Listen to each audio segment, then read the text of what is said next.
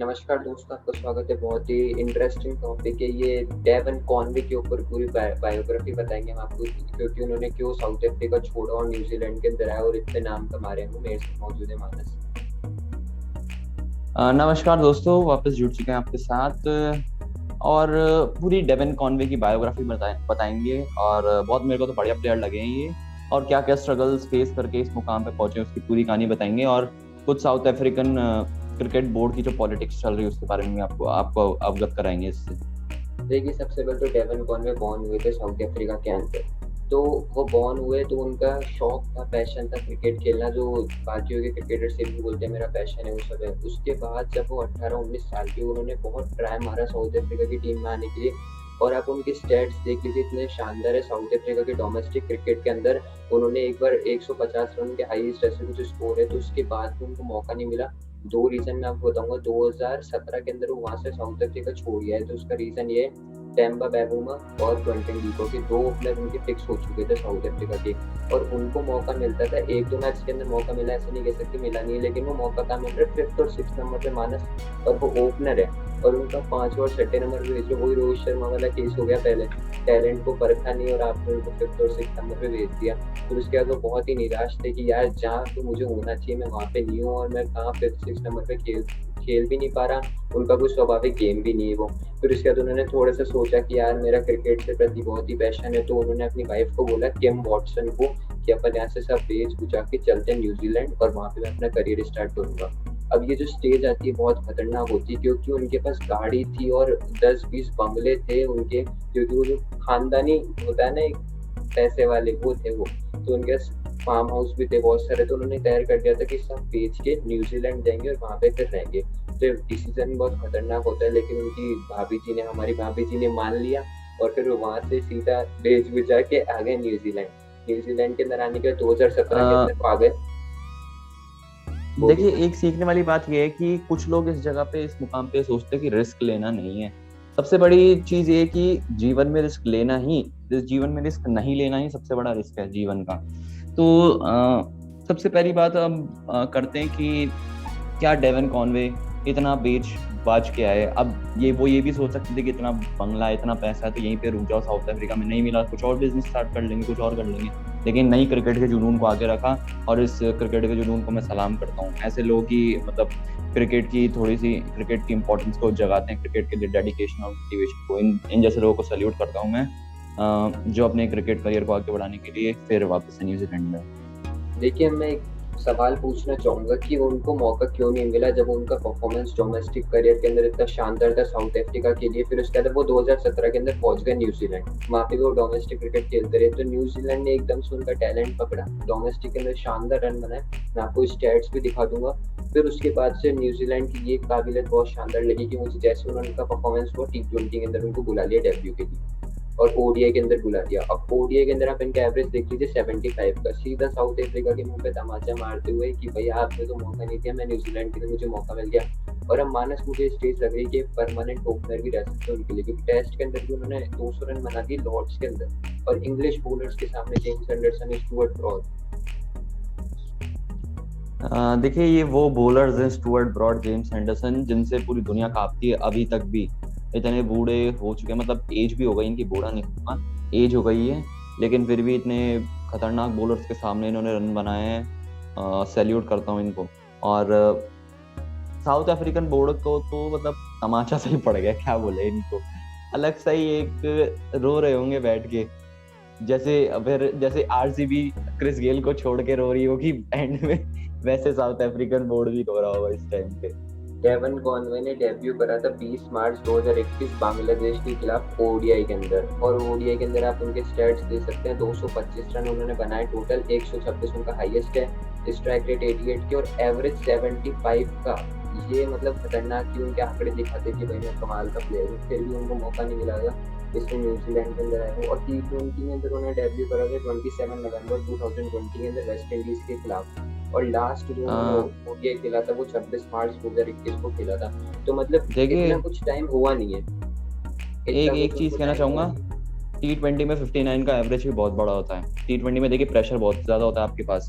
एक तो आपको रन मारने होते हैं, या तो रन मारिए आउट हुई, दो ही ऑप्शन बचते हैं T20 क्रिकेट में। वनडे और टेस्ट में आपको फिर भी टाइम मिलता है, लेकिन T20 में होते इतना मतलब फास्ट फॉर्मेट होते हुए भी 59.12 का एवरेज, 59.12 का एवरेज, बहुत बढ़िया खेल रहे हैं। अभी मेरे हिसाब से आगे जाके बहुत नाम कमाएंगे। अभी इन्होंने T20 के अंदर हाल ही में एक मैच जिताया था न्यूजीलैंड के लिए। उसके बाद से वो मैच कब जिताया था, जब IPL का ऑप्शन हो चुका था, उसके 2-3 दिन बाद वो मैच जीता है। अश्विन का ट्वीट आता है, रविचंद्रन अश्विन का, कि ब्रो आप 4 दिन लेट हो गए, अगर आप ये कारनामा 4 दिन पहले कर देते ना, तो आपको ये मेरी गारंटी कि आप IPL के ऑप्शन में बिक जाते।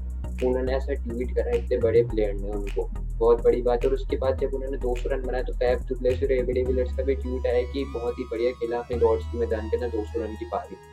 तो मेरे को मतलब एक ही कि साउथ अफ्रीका अगर उनको चुन लेती एज अ ओपनर, टेम्बा बाबू, देखिए मानस, मैं एक सवाल पूछना चाहूंगा, बाबू माँ को अगर आप कंपेयर करो इनसे, बाबू माँ के अंदर बाबू माँ ने इतना क्या खास करा है साउथ अफ्रीका के लिए, मुझे समझ नहीं आ रहा। बाबू माँ ने कुछ करा नहीं है, ऊपर से उनको कप्तान भी बना दिया गया है। सबसे अजीब बात, कुछ करा नहीं है फिर भी कप्तान बन रहे हैं, और वो इसलिए बन रहे हैं, साउथ अफ्रीकन बोर्ड, जो Republic of south African board है, वो अपने जो रिजर्वेशन रखता है हमेशा स्क्वाड में, ये स्क्वाड में हमेशा रिजर्वेशन रखता है कि कुछ ब्लैक खिलाड़ी तो होने चाहिए। अब उस ब्लैक खिलाड़ी की मिसाल ले लीजिए आप, देखिए हमारा, पहले ही बोल देता हूँ, हमारा चैनल किसी को अपार्थाइड की पॉलिसी को सपोर्ट नहीं करता है। हम बस बता रहे हैं रिजर्वेशन पॉलिसी कैसी है। सबसे पहली बात बता रहे हैं, आप लोग क्रिकेट फैंस जो भी हैं इस चीज से बुरा मत मानिएगा, बस मैं बता रहा हूँ रिजर्वेशन पॉलिसी है क्या, कि कुछ रिजर्व खिलाड़ी रखने पड़ते हैं, कुछ रेशियो होता है। इसका आंकड़ा अभी हमारे पास फिक्स्ड आंकड़ा नहीं है, लेकिन हर बार ये चेंज होता रहता है। देखिए अभी तो 5 चल रहा है, 5-6 का चल रहा है। 19 देखिए, सबसे पहले साउथ अफ्रीकन बोर्ड आया था 1970 में, आईसीसी ने बैन कर दिया था इसको अपार्थाइड की पॉलिसी की वजह से। 1994 में वापस से एक क्रिकेट टीम उतरी थी, फिर इसमें यहाँ पे आके 1994 में तो फिर इन्होंने सोचा था कि सब में इक्वालिटी लाने के लिए हम रिजर्व पॉलिसी थोड़ी सी चालू करते हैं। तो रिजर्व पॉलिसी के अनुसार देखिए कुछ ब्लैक खिलाड़ी फिक्स रखते हैं जिनका कलर ब्लैक है, वैसे कह रहा हूँ ब्लैक खिलाड़ी, थोड़ा सा इसमें इस कंटेक्स्ट में कह रहा हूँ मैं। तो रबाडा आप ले लीजिए, या आप ले लीजिए एनगीडी को, आप टेम्बा बाबूमा को भी ले लीजिए। उस टाइम तक के लिए पॉलिसी ठीक थी। अब मैं समझता हूँ अब इसकी कोई जरूरत नहीं है। अब बहुत 21वीं सदी में हम रह रहे हैं, और यहाँ पे तो अब मतलब एकदम से खत्म ही हो चुका है। इंडिया में थोड़ा सा फिर भी ये चलता है, लेकिन फॉरेन कंट्रीज में तो मेरे हिसाब से बिल्कुल ही बंद हो गया। साउथ अफ्रीकन जो बोर्ड है, साउथ अफ्रीकन जो कंट्री है साउथ अफ्रीका, उसमें इक्वालिटी की बहुत बड़ी मिसाल चालू हो चुकी है। और ये रिजर्वेशन की पॉलिसी को हटा देना चाहिए। मैं ये नहीं बोला कि क्रिकेट प्लेयर्स ही हट जाएंगे, रिजर्वेशन की पॉलिसी को हटा देना चाहिए। टैलेंट के बेसिस पे आपको सेलेक्ट करना चाहिए। अब टैलेंट के बेसिस पे होता भी है, पर रिजर्वेशन की पॉलिसी बीच में आ जाती है और ये बड़ा बहुत मतभेद क्रिएट कर देते हैं। टेम्बा बाबूमा को कप्तान बना दिया आपने। अब एक बात समझ में नहीं है कि जब टेम्बा बाबूमा और क्विंटन डिकॉक को आपने रख लिया ऐसे ही कि ओपनर हैं, तो डेवन कॉनवे अगर रहते भी तो as a standby player, reserve player भी आप रख सकते हैं। तो ओडीआई खेले उन्होंने, यहाँ पे स्टैट देख सकते हो, 3 मैच खेले और उसके अंदर उनका हाईएस्ट हो गया 126, 75 के एवरेज से 225 पर उन्होंने रन बनाए सिर्फ 3 मैचेस के अंदर। तो भाई यही से उनका टैलेंट परख गया न्यूजीलैंड में, और उनका आगे देखना और के साथ निशांत। इसमें देखिए इस लिस्ट में जब मैंने निकाली थी तो एक ये था नील वैगनर, फास्ट बॉलर जो टेस्ट क्रिकेट में 3rd नंबर की रैंकिंग है, और एक बीजे वॉटलिंग न्यूजीलैंड के keeper, test keeper Tom Curran का। देखिए टॉम करन का नाम क्यों आया, तो फिर आप लोग ये भी सोचेंगे कि सैम करन का क्यों नहीं आया। टॉम करन का जो बड़े भाई है वो साउथ अफ्रीका में बॉर्न हुए थे। इनका इस कंटेक्स्ट में नहीं आता कि ये इनको मौका नहीं मिला, ऐसा कुछ इस कंटेक्स्ट में नहीं आता।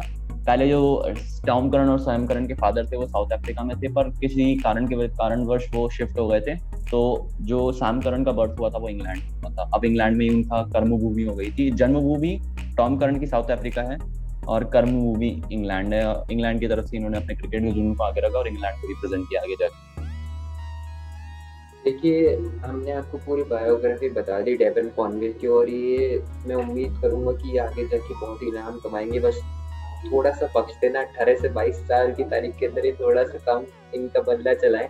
बाकी सब बिल्कुल बढ़िया प्लेयर है और बढ़िया खेले। 18 से 22 साल थोड़ा इनका हम दुआ करते हैं कि आप बहुत आसमान की ऊंचाइयों को छुए, पर 18 से 22 जून के बीच में चलिएगा आप। प्लीज अपने बल्ले को खामोश रखिए, हम आपसे दुआ करते हैं।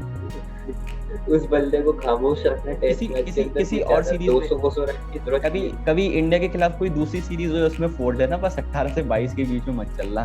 भाई इन जनाब को प्रमाण पूरा मतलब हाथ जोड़ने पड़ेंगे। 200 रन इन्होंने बने और फिर भी रन आउट हुआ। सोचो अगर ये टिक जाते तो क्या हाल होता। अरे निशांत पसीने छुड़ा दिए थे, पसीने छूट गए थे जेम्स एंडरसन और स्टुअर्ट ब्रॉड के। तो 5 सेशन खेल लिए इस भी बंदे ने। देखते रह गए। मैं तो सोच रहा हूँ कि साउथ अफ्रीका वाले क्या सोच रहे होंगे, यार गलत ही छोड़ दिया, अपन ने बहुत बड़ी गलती कर दी। हाँ, जैसा जैसा आरसीबी वाले मोइन अली को और गेल को छोड़ के सोच रहे होंगे, वैसा वही सोच रहे होंगे, वैसा तो ही हमने सोच रहे आपको होंगे इसके कुछ अंदर ऐसा ही। पूरी बायोपिक बता दी है, तो आप लोग कमेंट बॉक्स के अंदर जरूर बताना कि कैसी लगी ये बायोपिक, और ये जो साउथ और अफ्रीका की छोटी सी पॉलिटिक्स चलती है उसके बारे में भी आप बता सकते हो कमेंट के अंदर। और अगर आप रिजर्वेशन पॉलिसी को बढ़िया मानते हैं या नहीं मानते, उसके बारे में बताइएगा कि क्या ये जरूरी है क्रिकेट में लाना। अगर आपको लगता है तो यस लिख के भेज दीजिए, वरना आप अपने ओपिनियंस भी लिख सकते हैं उसमें। सबके अलग अलग ओपिनियंस हैं, हमने अपना ओपिनियन रखा, आप अपना ओपिनियन रखिएगा चैट सेक्शन में। गाइस, चैनल को लाइक शेयर और सब्सक्राइब करना मत भूलना। Thank you. और ये भी बताना कि न्यूजीलैंड का कौन सा प्लेयर अपने इंडिया पे भारी पड़ेगा WTC फाइनल के अंदर, कमेंट बॉक्स में करके। तो अरे कोई पढ़ना ही नहीं चाहिए, कोई पढ़ना नहीं चाहिए। तो अभी से ही बोल रहे हो यार, मतलब कुछ भी।